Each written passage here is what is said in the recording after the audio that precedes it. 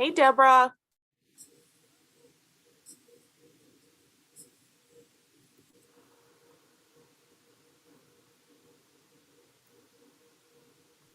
Happy New Year.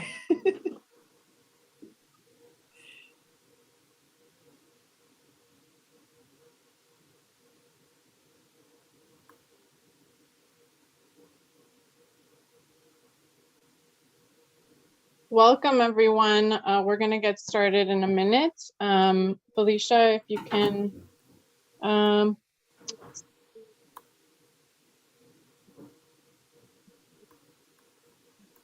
start us off. You ready now, or do you want to make sure the closed captioning is working? Sorry.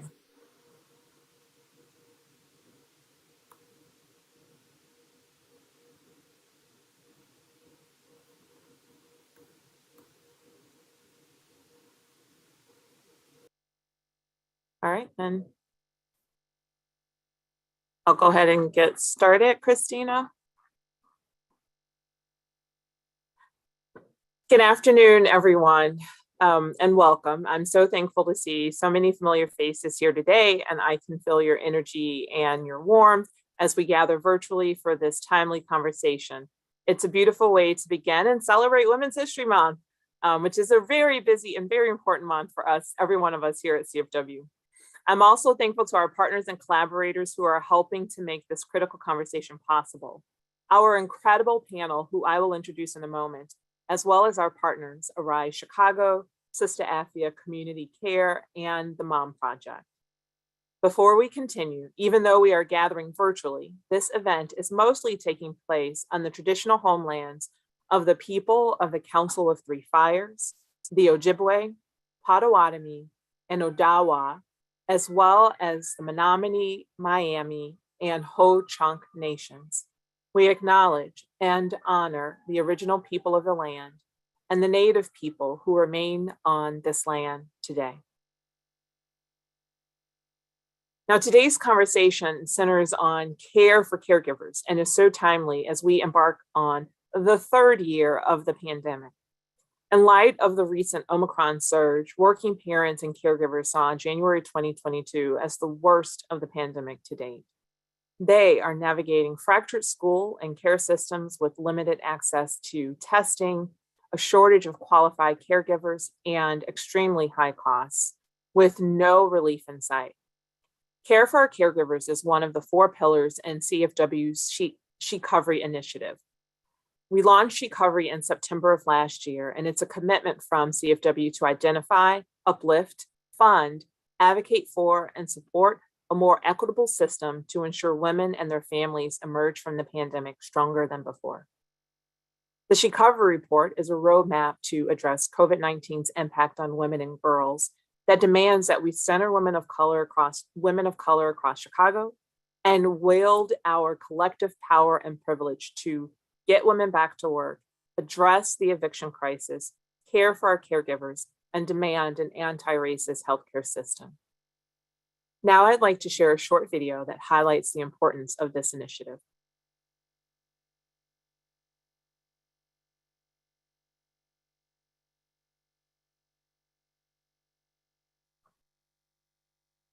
One of the hardest things for any of us to do is to just hang in there while the rope is about to break and the sky is cloudy. It's hard to be positive, but you just have to believe that there are good tomorrows and plenty of good tomorrows.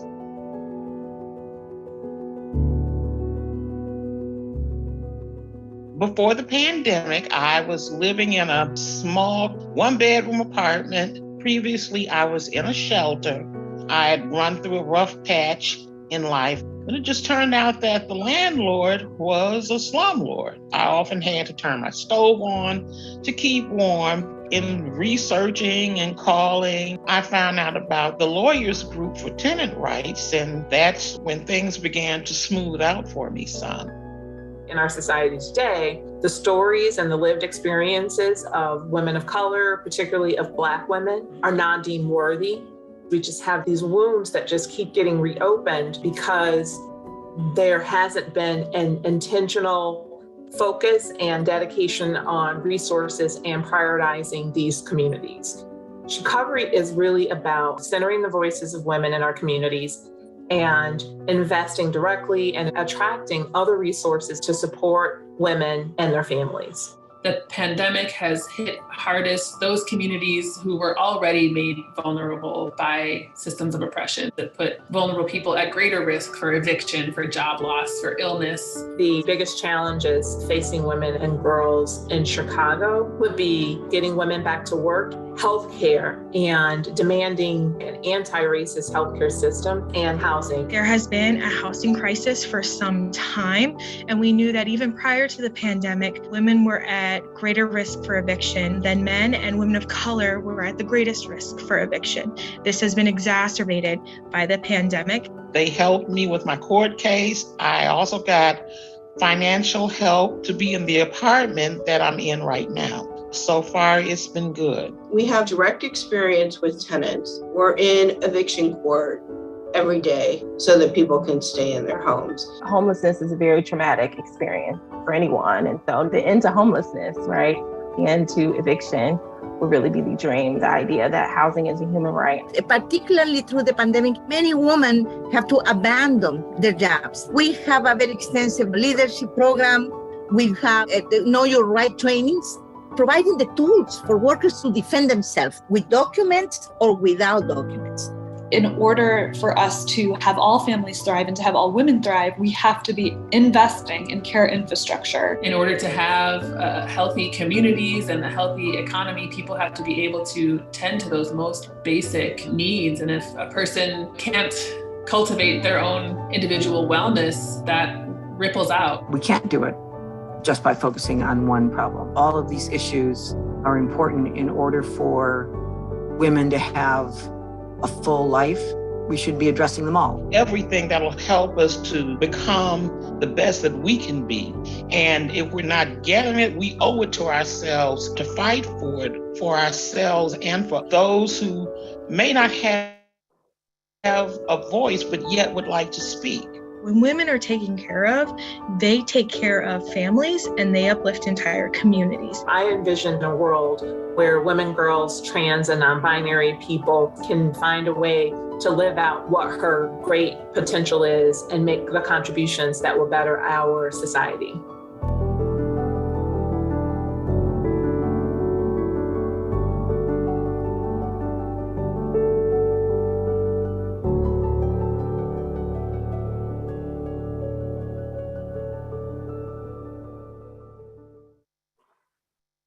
So today's conversation is focused on ways we as active members of our communities can reduce the burdens of caregivers, whether it's a parent returning to the workforce, a home care worker, or an individual looking to support their self-care.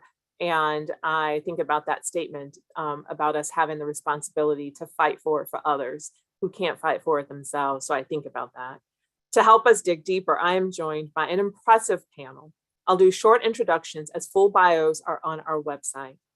Camesha Jones is the founder and executive director of Systa Afya community care nonprofit.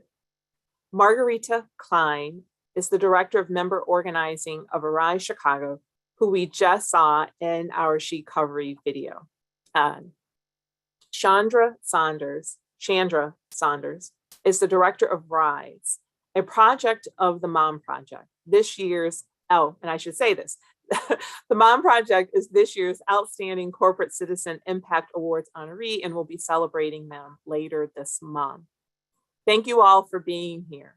The CFW team will drop links in the chat to the SHEcovery report, bios of our panelists, and this year's Impact Awards. So all of you can plan to join us in celebrating some fantastic leaders, including those represented here today. I want to say, please type any questions you may have in the chat, and we will certainly try to get to them. So I'm just going to get started with the first question. Even before the pandemic, our society was held together by caregivers. Caregiving, both paid and unpaid, is done mostly by women. More than 1 in 10 women report taking on new caregiving responsibilities because of the pandemic. In addition to juggling new, increased caregiving responsibilities, many women went without pay due to school closures. You're each involved in different sectors. Could you each share how you've seen these statistics show up in your work? Chandra, do you want to go first? Sure, I can go first. As you mentioned, I'm the director of RISE, which is an upskilling program for mothers and women of color at the Mom Project. We currently have a community of over 2,000 women, and 54% of those members in that community have expressed that childcare and child giving is a major pain point for them. That's inconsistent school schedules, school closures, limited daycare availability, rising childcare costs. All of this coupled with being in workplaces that are not empathetic to the needs of working parents during this time. Women are bearing the burden, continuing to bear the burden of caregiving during this pandemic. Margarita, what about you and the work that you're doing? You're in our video, so we know that you are a superstar, but in your work every day, you're seeing this, and how is it showing up in your work? We have been seeing a huge decline in jobs for these workers. Many of them lost their jobs due to the pandemic. People being nervous, having people walking into their homes, particularly at the beginning of the pandemic. But now they're confronting different issues.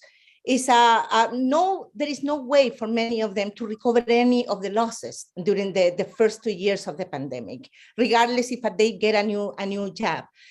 We have a new contract in the city of Chicago that we're going to be talking about it, later, during this conversation. But it has been very difficult for them to really recover from the losses, and also, many of our members, which are immigrant, undocumented women, it has been even double hard for them, to getting back to work in many cases.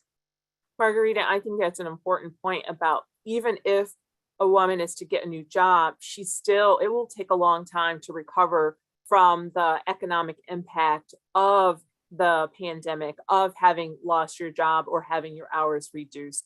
And it also plays into the fact that still to this day, women are not receiving, a full dollar to a white man for the work that they're doing. And so a Latina woman and a African-American woman, for example, may be receiving 63 cents or 69 cents on the dollar.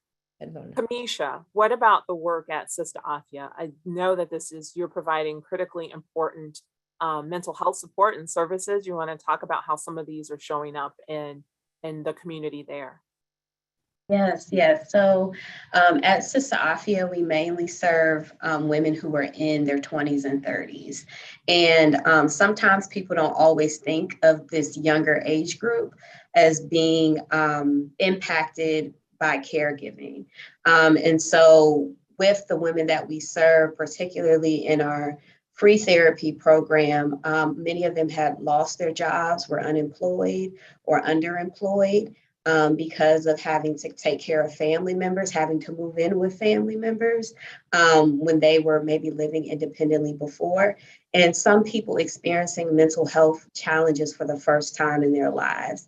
So with the pandemic, there were people who already were living with anxiety, depression, or traumatic stress, and it got exasperated. And then there was a group of people who had never experienced any challenges with their mental health before, and now we're experiencing challenges for the first time. So we have been serving both groups of people. And one of the things that we're seeing is a lot of burnout and a lot of stress from having to just not take care of themselves, but also to be relied on to take care of other people in their families. I think it's an important point, and for us to be mindful. CFW, we saw that in the Girls Summit we hosted recently, where the younger girls in the family were being called upon to take on some of the additional duties and responsibilities. And so while we will think about it, some people will think about it in the traditional sense of a traditional parent, what we are not really acknowledging is the amount of unpaid care that is falling to a lot of our teen girls and our communities, having to juggle their own work and school, and sometimes also then the care for siblings and others. So thank you for bringing that Chandra, I'm going to come to you next. Speaking of family and caregiving responsibilities, traditional gender roles, health concerns, lack of paid leave have placed many of the burdens of the pandemic squarely on the shoulders of women, falling particularly hard on women of color, as we talked about before, and those who are on low income, and also people from women from our immigrant communities. Many have left their jobs due to the pandemic and their increased caregiving responsibilities. How can we provide a workplace that is more inclusive and supportive of women, and one that will give them the opportunity to continue working? Yeah, of course. I mean, to provide a more inclusive and supportive workplace for our moms and for our women of color during this time, it is imperative that workplaces allow for flexibility and have empathetic leadership. You need both of those, right? Flexible, remote, or even hybrid work schedules are what moms and what women of color need to continue providing for their children and earning income during this time. For this reason, many of the 2.4 million women who left the paid workforce during the pandemic left because they were in roles or had jobs that did not allow for flexibility or remote options, and they had to make that difficult decision to leave their jobs because of the remote learning, right? Because of childcare. So we also, not just the flexibility, we need empathetic leaders. We need leaders who understand and provide grace for working parents as we continue to navigate today's work environment and move to create a better, more inclusive and supportive workplace for the future. With RISE at the Mom Project, we're on a mission to create opportunities, to create flexible opportunities for those who need it most, which are moms and women of color, right? Because the pandemic disproportionately impacted us.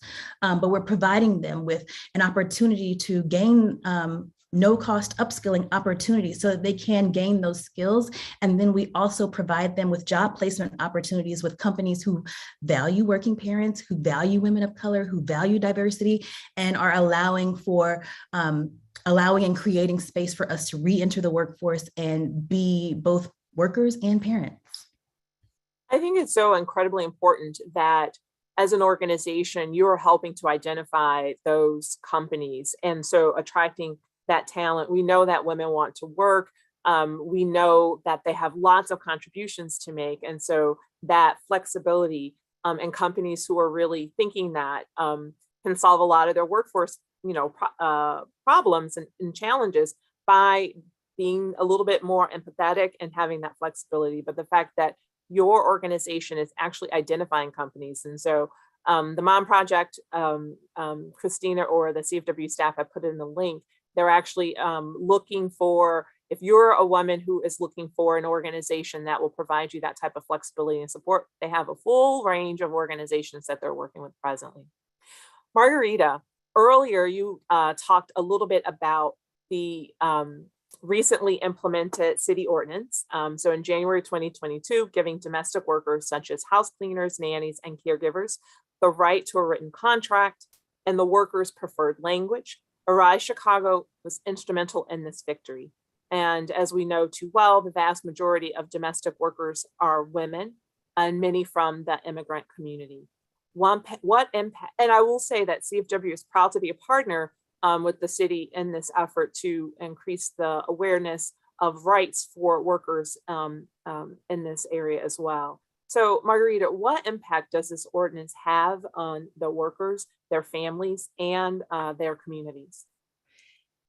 The impact, I will say, is historic.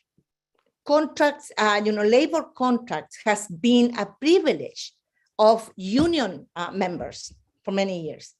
And we are dealing with a workforce that normally work isolated. It's one person in one home. These are not people who are, among a big group of other workers who can organize and demand for better conditions in the workplace. So that makes it so unique. Many of these women have the feeling, that they have no power because they has been perceived by many employers as a individual contractor and not as a worker. So an individual contractor doesn't have rights, according to certain employers. Well, they are wrong. In Illinois, we have the Bill of Rights for Domestic Workers that it was passed in 2016, where these workers are recognized as workers, meaning they have rights and there are certain, things that they have to comply, with them as a worker. In Chicago, went even further, like you mentioned, in starting in January 1st of this year, employers are required to provide a written contract, for these workers.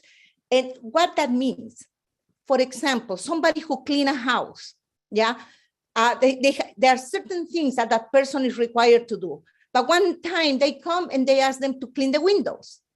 Many employers want to include that with whatever they are paying to these employers. Now under the contract, that cleaning person can negotiate, if I'm going to clean windows, if I'm going to do anything extra of what I normally do, I have to earn extra. So now or for example, nannies, which is a very common thing, that they are taking care of, one kid or two kids, and then they have play dates. But in the play dates, they bring another two kids and leave them for a couple hours. But that nanny is taking care of two more children. That should be paid extra. So that is what, it has been negotiated. It have to be negotiated in this contract. Working conditions, pay rates. When are you going to pay me? How much are you going to pay me? Forcing employers to keep records of those payments, because one of the major victims of wage thefts are domestic workers. Establish a minimum wage. They cannot make less than $15 an hour, which, we are always encouraged, put value on your work. $15 an hour is, even that is not enough.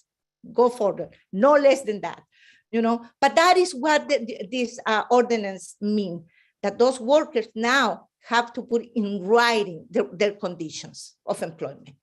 Margarita, this is so incredibly important. And actually, to everyone who's watching here, this is important to me personally, and I think should be important to all of us. I take a commitment, and I make a commitment. I would like for all of you to make this commitment, because in our lives, I receive care in my life, and I have made a personal commitment to not be the reason why another woman is paid inequitably. So for all of the care that you receive, however that comes to you and your family, we are imploring you to, because there are way more private employers, people who are going into homes and the domestic space.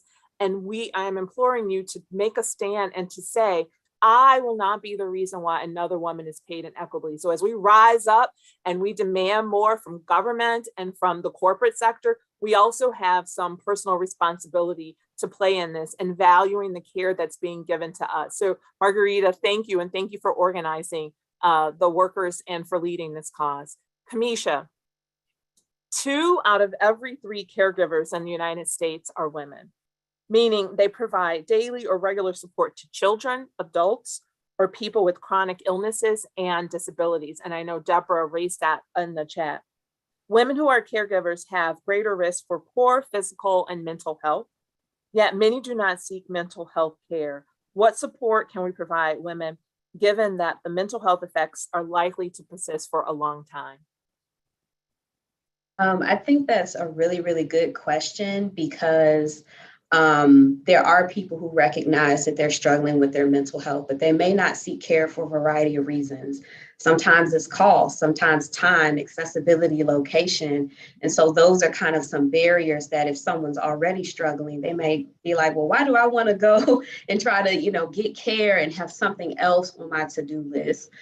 So one of the things that I think is important is for women who are caregivers to have the space to focus on their wellness. So at Systa Afya, we provide free wellness classes, groups, workshops, social events, all to give women that space to be able to prioritize and focus on their wellness.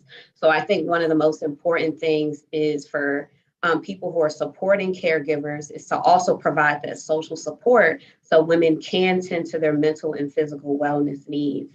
So that can look like having, people who may volunteer to watch children or to watch loved ones, or, doing things as a group together can also be a great support to women. Because one of the things that have come up consistently in our work at Systa Afya is a lot of times women feel like they're failing, like they're not doing enough, even though they're doing more than enough. And so that feeling of like I'm failing may also prevent them from to stepping out to seeking care. Because if I step out and ask for help, that looks like I'm not doing what I'm supposed to do. And so I think it also comes to breaking down this book that came out, says, Get Over, I Got It, and being able to receive and ask for help. Last fall, we facilitated a group called Burnout Recovery. And it was a group that I came up with because of hearing all these women throughout the pandemic and even before the pandemic who were really struggling with burnout and stress. And when we opened that group, there were over 40 women who wanted to sign up. And so that told me, we could only see 8 of them, in group therapy, but that told me that this is a major issue. And some of the burnout is coming from caregiving. And throughout that group, we talked about what does it mean to re-envision what your labor looks like as a Black woman? How can you set boundaries? How can you manage your capacity? How can you advocate for yourself? And so throughout that group, women came out of it really understanding, their labor, how to have their labor respected, and to also take time for their wellness. So those are some of the things that I think can really help to encourage caregivers to take advantage of different opportunities. And an organization like Systa Afya is perfect, to support women who may be having challenges in multiple areas, but particularly with caregiving and the impact on their mental health. Camesha, this is such an important point. It's one of the things. I recently took some time off from work. At CFW, we have a period in the fall where we do collective rest and everyone takes time off. And I am, as a leader, a big proponent, going to something that Chandra said earlier about being empathetic and saying to my team, take your time off. My out of office message for this last vacation, this break that I took, I reminded, the message basically said, 76 million vacation days goes to waste a year in the United States. We're not taking our time off. And I encouraged everyone who was reading that message, if you haven't taken a vacation or time off in a while, please do, and practice self-care. And someone said to me, why are you telling people to practice self-care? And I think the point is we overlook this every single day. Women are caring, grandparents are doing this work. Women have, in every situation it's different and we're not a monolith. So Indigenous women, immigrant women in our communities, women of color in our communities are all carrying an additional burden because racism sits on top of sexism, which sits on top of all the other issues. And so I think of it as when we're on a plane, y'all have been on a plane and they say, if you've been on a plane, they say, put your own oxygen mask on first before you help, infants or, husbands or anybody else who needs help. And I think about that all the time. So that care and taking care of yourself and providing yourself wellness opportunities, seeking mental health support and services. The demand that you talked about with the 40 women clearly shows that there is a need, but I also hope what it's signaling is that collectively we are more aware and more able to talk about openly mental health needs, particularly in those communities that I just talked about, right? In the Indigenous community and the immigrant community, and certainly in the Black and Latinx communities, where those communities haven't traditionally, it was that mental health was something that you kind of kept behind the door and you didn't really talk about. So I hope this is a sea change where we see more people coming forward.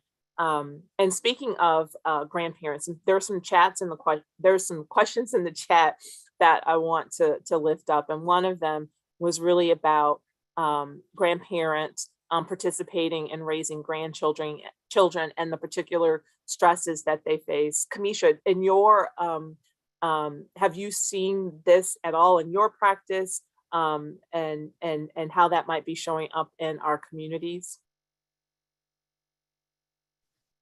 We haven't had it come across often because we more so are focusing on young adult women. However, we do have women who were raised by their grandparents. And so kind of like what those dynamics are like, especially if they're still living with them, and almost in the reverse of like the children, the grandchildren now taking care of the grandparents.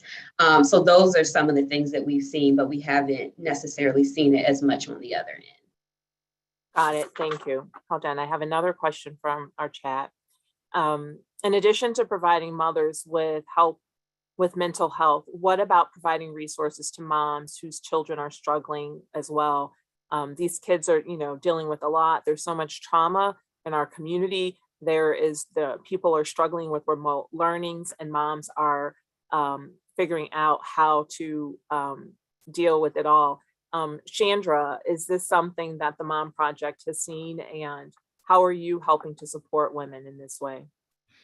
The Mom Project, what separates us in our program from many other programs out there is the support component that we provide. And a lot of it is individualized support depending on what you need. So we are creating space for people to come to us and let us know what their needs are and connected them with the resources. Because again, we've all been through a lot during this pandemic. It's not just the caregivers. The kids have been through a lot too in their short lives, right? And so, we are there to provide them with the support, connect them with whatever resources that we can, but we understand that the support that we are providing is something that they really can't get at many other programs like ours out there. But we are definitely there, not just for the moms, but for the entire family.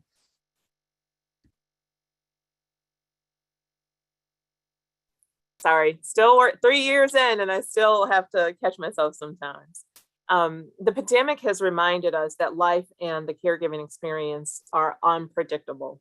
Can each of you share in your experience, what can we as individuals and frankly, collectively as a society do to support the caregivers in our lives and in our communities?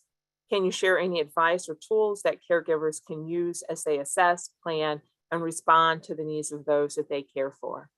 Who wants to take it first? I'm calling you. Okay, Margarita, thank you. It's very hard for somebody to take care of somebody else if they don't feel taken care of sometimes. And that is something employers need to understand. If you treat the people who are taking care of your loved ones, your children, the elders, if you treat them well, if you treat them, with empathy, like Chandra was saying, if you treat them with dignity and respect, that person, that will reflect in the care that your loved one will receive. It's impossible to have somebody who has been mistreated, who has been disrespected in the workplace to do well, because it does affect, your well-being, your mental health. So it's so imperative that people understand that. In our organization, we do a little bit of everything that Chandra and Camesha, do in their organizations. We work mostly with domestic workers. We have a huge number of people who deal with language barriers, deal with a lot of disrespect. We have a writer's cycle going on, and we were listening to some of the stories the other day. Some Polish workers were telling us, and it's outrageous. Somebody who has been working in a house for over a month, and the owner haven't had the courtesy to come and say good morning, good afternoon, not once, not even introduce herself, providing her name. How disrespectful that can be. So some of the tools, is make sure that if you have somebody taking care of your home, treat them with dignity and respect. For people knowing their rights is a way to gain that. When you know your rights, you know what you have to put up with. And it's hard. It's very hard. It's hard to go to your employer and put a contract in front of them, because you don't know how that person will react. You don't know, if you might lose your job because of it. But there are tools out there. We do have an anti-retaliation, tool in our hands where people can go and do report. We say be courageous. I think it requires a lot of courage, and in a sense, we as a woman, we are dealing also with our children. What we do in our life, it will reflect on them, how they will react in life. If we allow employers to mistreat us, that is what we are teaching our kids, our children. They can mistreat you too. And that is not what we want to do. We want to show our children to be courageous and go and confront, again, regardless of your legal status, because that is another thing. Undocumented workers tend sometimes not to talk too loud, or elder workers. If I am, an elder person and I'm taking care of somebody else, I don't want to say too much because I might not get another job. Well, now we have some resources at hand that people can use and make it work. Margarita, thank you so much. It's, I know that everyone who's watching isn't a parent, and people are providing care in a lot of different ways. And from a personal standpoint, I remember a pivotal moment after I became a mom many years ago. I won't say how many years ago, but after I became a mom, and I remember thinking, I'm somebody's mom. Like, I can't tolerate this, nonsense that was going on, because I need to show, my oldest child is a son. I need to show him, what standing up for yourself looks like. And so sometimes that inspiration, as you so eloquently just talked about, comes from the fact that our children are watching us, but also then it helps us to create the society that we want, right? The society that is equitable, the society, every one of us, no matter what environment, if your home is somebody's workplace, they deserve respect and dignity. When we go to corporate offices, we deserve respect and dignity. There's no difference there. So bravo, thank you for that. Camesha or Chandra, how either one of you want to step in and talk about it? Camesha, you're off mic first, so go ahead. Well, one, I think community support is huge. And one of the things that we specialize in at Systa Afya is providing women with that community support. And so, whether it's, other people in the family, or if it's colleagues, coworkers, neighbors, just showing community support to women and being able to kind of lighten the load in some ways. I think some caregivers can feel very isolated and that they don't have anybody to help them. And I think there are things that we can all do to step up to support caregivers from a community support standpoint. I also think that having flexibility, I know earlier we were talking about work, but work is one of the top stressors that all women experience, but especially caregivers. So if there are any flexibilities or policies that can be put into place to make accommodations for women who are caregivers, can make a huge difference. I can just share a quick personal example. My grandparents live in Champaign, but my parents live on the East Coast. And so my mother's job allowed her to take off a month remotely and work remotely in another state so she could care for my grandparents. And so I think about things like that. If there were more workplaces that allowed for those things, it can take off some of the mental and emotional strain from having to show up fully for work and then also having to take care of other people as well. And then I would say, lastly, really promoting self-care, mental health, mental wellness. Someone who's able to have optimum mental wellness is able to be well in so many areas of their lives, and it impacts their families and it impacts their communities. And sometimes we don't always think of mental wellness as that really, really important piece, but I've just seen it make such a huge difference when people are able to go to therapy groups, wellness classes, anything, they just feel better, right? They're able to come back and be stronger, and be, more resilient, but in a healthy way, not in a burnout way. So I think the more that we can promote those things and literally make it a part of a caregiver's lifestyle, the better they will feel, and also the better the impact will be in their community. And Camesha, the community context is really important. So normalizing these things in the community and reinforcing, saying if everyone in my community reaffirms, or affirms that my wellness, or each of us, like wellness is important, that time off is important, that quiet time or alone time is important, then it becomes less the woman or an individual isn't pushing up against other people. She's actually supported in a way that makes it normal. It's normal. It's normalized. It's normal to feel burnout. It's normal to feel frustrated, right? All of these are natural human emotions. Yes, absolutely. Absolutely. Just normalizing wellness is so important. And to be able to check in on people and say, hey, I've noticed that some things have changed. I just want to check in on you and make sure that you're okay. Like even little things like that can go such a long way. Yeah. Chandra, do you want to jump in here and talk about, and I know you're dealing with both sides, right? Because you're dealing with employers, and then you're also dealing with many people and many women in the workforce.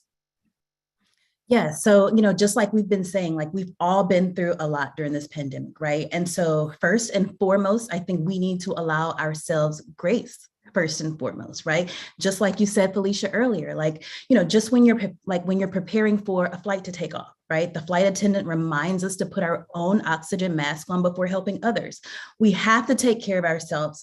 We have to get clarity for our next move, because we can either stay in the position that we're in, or we can prepare and make moves and take advantage of opportunities to get ourselves out of that situation. I am one person who did that. I'm a single mother of 3 kids. And, I started my career a long time ago as a high school Spanish teacher, but honestly, I have not been in a work office since I had my last kid in 2017. And that is because I prepared. That is because I took advantage of opportunities of learning, upskilling, doing these things so that I could come to work on my own terms and live my life and care for my family on my own terms without having to go sit in an office 8 to 5. However, there are companies out there, just like we said, that the Mom Project partners with, who are committed to providing a safe space for mothers and providing a safe space for women of color. Another thing, just like Camesha said, community is so important, right? That is the base pillar of what our program is, of what the Mom Project is built on what RISE is built on. Moms, women of color are always out there giving our all to everyone else, and we leave nothing for ourselves. So the community piece is so important. The support that comes from that, the bond that comes from that. And, we started the RISE program only a year ago, right? And the partnerships that we've created with each other, the bonds that have been made to really push ourselves and push each other to that next level whenever, honestly, you probably didn't even think you stood a chance. Because of the community, because of that support, we can all get through this together and really build a better future, not just for ourselves, but for all. Chandra, thank you so much. Margarita, I want to come back to you and ask you this question. How can, so this goes back to Camesha talking about the community context. What can we all do from an advocacy standpoint to help Indigenous, immigrant, domestic workers? What can we all do to help with the work that you do at Arise?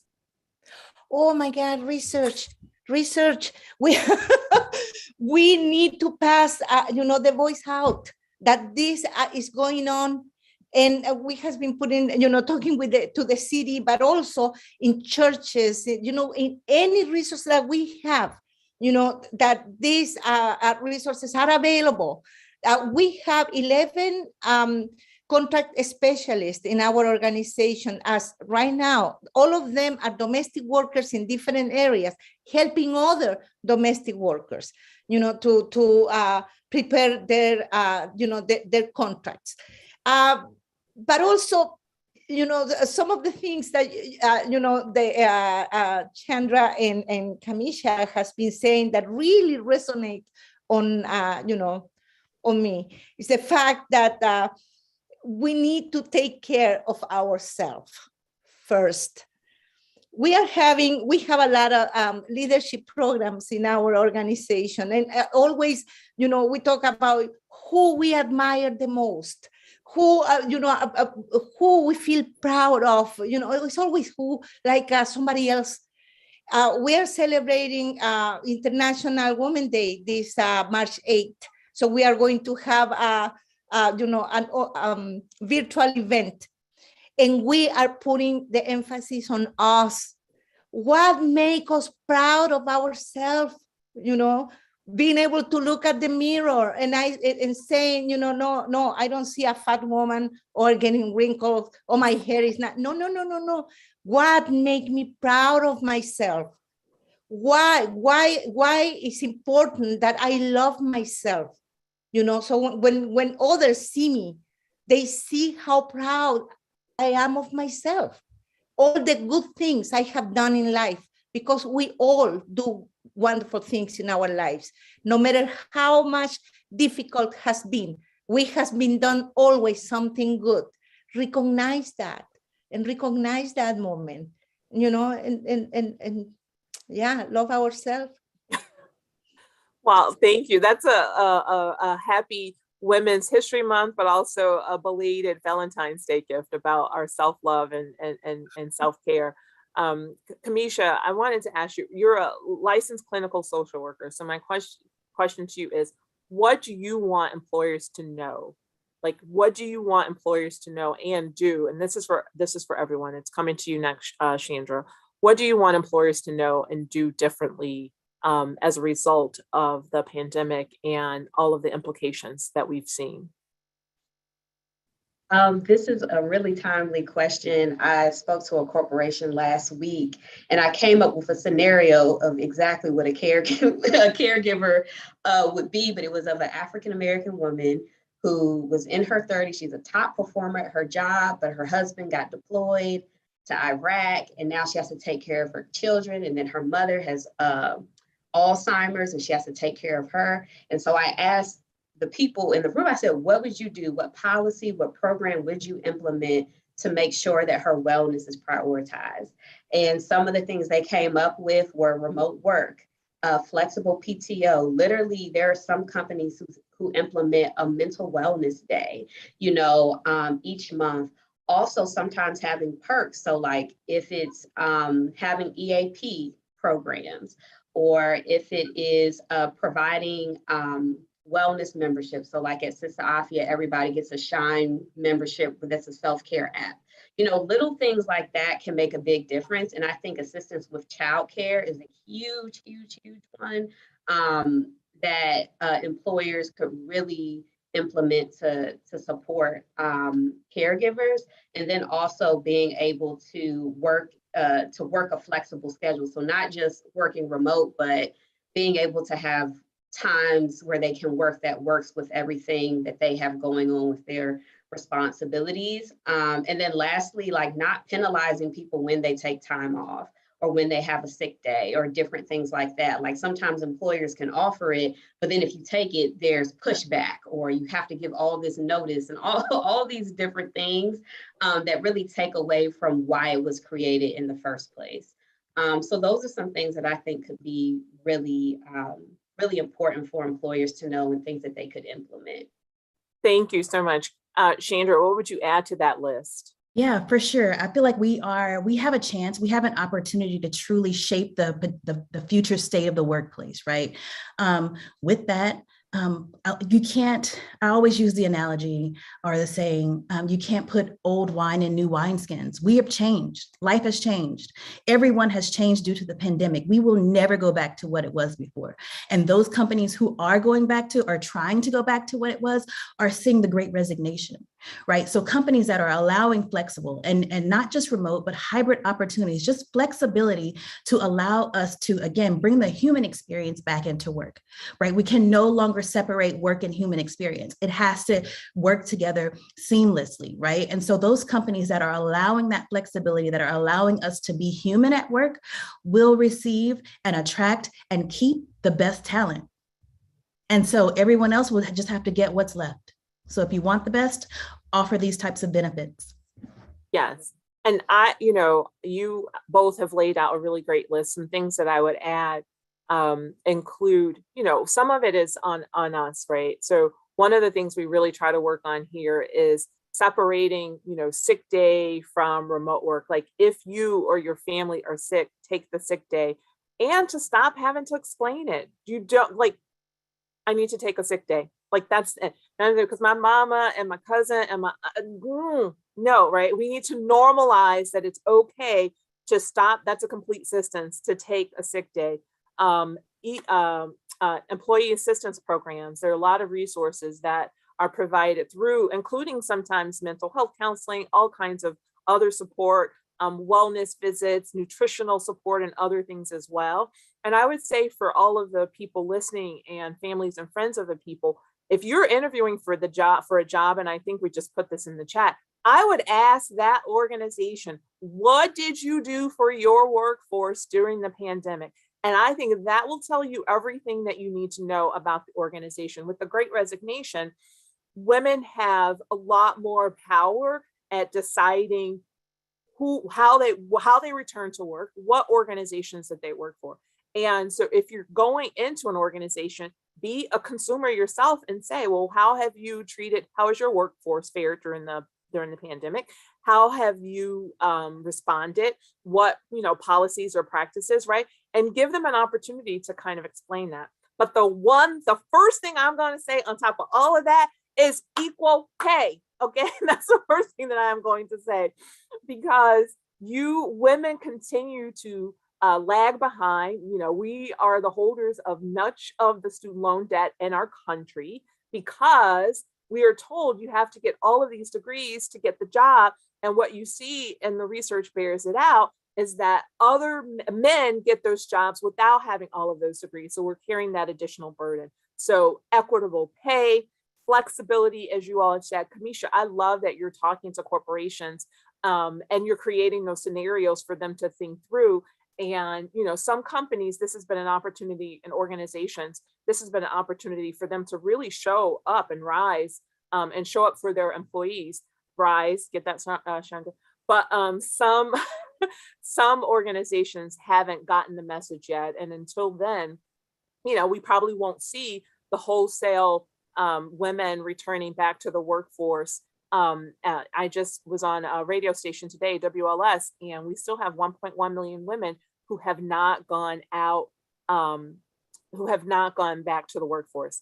And so in the chat, I see a lot of resources that people have said that their companies have kind of stepped up. Examples, free coding, wow.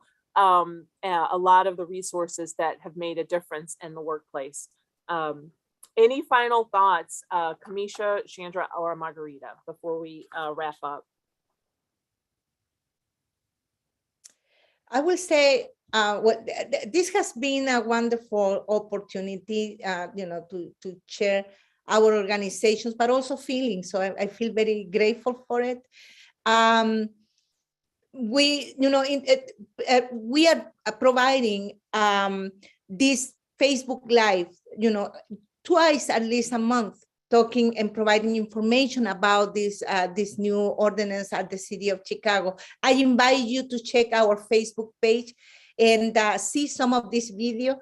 The most interesting thing, some of them are domestic workers providing the information, which make it wonderful, because who knows better than about their job than domestic workers at this point. Very hard for them to work remotely. That is a kind of job that you have to be on site in order to perform. So for the employers out there, be conscious. These people need to rest too. When the kids are sleeping, don't ask them to go and wash dishes. That person need to sit down, relax, read, watch TV, take a nap, whatever it is to be done. Domestic workers deserve also rest periods like everybody else, time to regain the strength. So think about that too. It's part of the wellness, it's part of the empathy, it's part of being a good employer. Yeah. Respect and dignity, like you said earlier. Respect and dignity more than anything. Respect and dignity. Chandra, Camesha. Yeah, if you are out there and you are wanting to take advantage of some no-cost upskilling opportunities, taking advantage of resources to help put yourself in position to prosper, even more so, or in position to elevate yourself with a community of like-minded women, we are there to support you. All you need to do is be 18 years or older, and dedicate 10 to 15 hours a week, either 6 weeks to 6 months. Many of these upskilling opportunities can be done in 2 months or less if you dedicate your time. If you don't have a laptop, we'll help you with that. Please just visit momproject.org and we will provide you with all the resources that you need to really put yourself in position to win. And Camesha. Well, I just want to first say thank you to CFW for just focusing on caregivers. Like, caregivers are so overlooked, and I think women are just the amount that we give is overlooked, and it's almost expected that we just do these things. So I appreciate you all for having SHEcovery to just focusing on the importance of supporting caregivers. For myself, just some final thoughts. Mental wellness, of course, I've been talking about the whole time, is so important. At Systa Afya Community Care, we offer individual and community healing opportunities at no cost. So if there are any caregivers that and we have virtual and in person too. So if you have any caregivers that are looking for a community of women to support them, or a therapist that is culturally and gender responsive, we got you. So you can go to sistaafya.com/services and sign up. And then the only thing I would leave for people is to take care of caregivers. If anything that you take from today is to make sure that you're caring for caregivers. So thank you. Thank you. These closing remarks were really amazing. And the hour has gone by so quickly. Let's please give a round of applause, virtual or hearts, and all to our panelists today. Thank you. Today's conversation is a continuation of our December SHEcovery session, where we explored the topic of getting women back to work. The recording of that session is available on our YouTube channel, and look out for more information on future sessions soon. I hope you all are just as energized and as uplifted as I am by this conversation. Caregivers are truly holding our families and communities together. And we, as active members in our communities, must support and embrace each other. I have a renewed hope that our efforts will yield positive solutions that will ensure women come out stronger than ever, a true SHEcovery. Once again, I would like to thank our panelists, Camesha, Chandra, and Margarita, for a thoughtful and engaging conversation. We can't do this work alone, and your continued support is critical. If you were moved by what you heard today, I ask that you please consider making a donation to CFW or one of the organizations here. You can support CFW by visiting SHEcovery.com. Systa Afya collects donations at donorbox.org/SistaAfya-fund, and it'll be in the chat. Arise Chicago can be supported at arisechicago.org/donate, and it also will be put into the chat. We are living through an ongoing pandemic, and with needs across our communities continuing to grow. So please continue to do what you can to care for yourself and others. And thank you so much for joining us today, and have a great rest of your day.